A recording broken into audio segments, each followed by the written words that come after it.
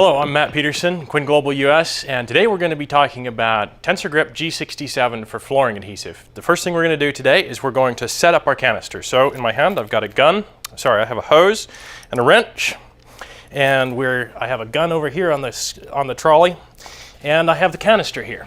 So the first thing you want to do is take this happens to be a 12-foot hose. It has two different sized ends. You want to take the smaller end, and we're going to connect that up to the canister. And what we typically recommend is get it finger tight, use an adjustable wrench, and go about an 1/8 to 1/4 of a turn past finger tight to tighten it onto the canister. The next thing we'll do is take the other end and connect it to the gun. Same basic procedure on the gun end. Finger tight plus about another 1/8 to 1/4 of a turn. Just snug it up. It doesn't have to be ridiculously tight. Finally, we've got a tip on the top of every canister.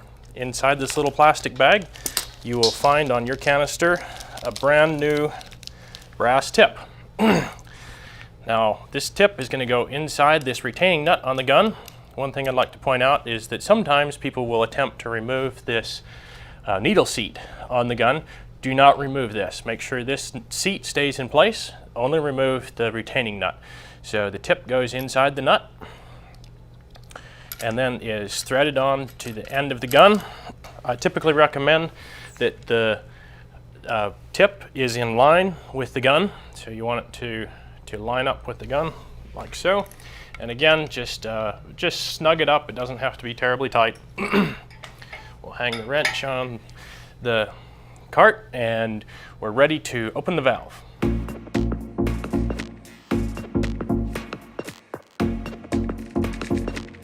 So the next thing we're going to do with our TensorGrip G67, we've got our gun and hose all hooked up. Everything's nice and snug.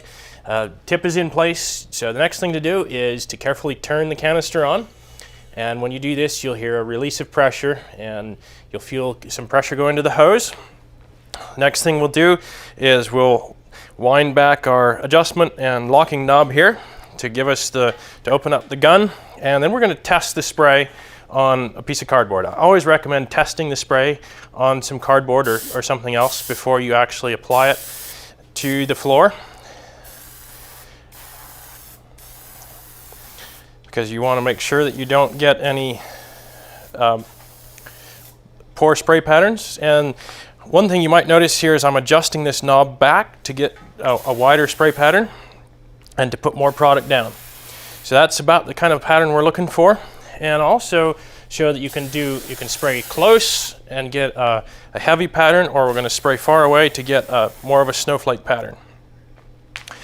And then you'll notice on the end of the tip here, there is always going to be a small amount of residual adhesive. You can wipe that off with a wet rag or dip it in a bucket of water to keep the tip good. Since we're going to spray right away, there's probably nothing that I need to do with it.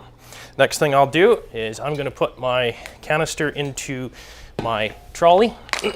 This makes it easier to move around, and because we don't want extra hose dragging in the adhesive, I'm gonna wind it around the hooks on the trolley, and then I can always put the gun into the retainer. So now I'm ready to spray my floor.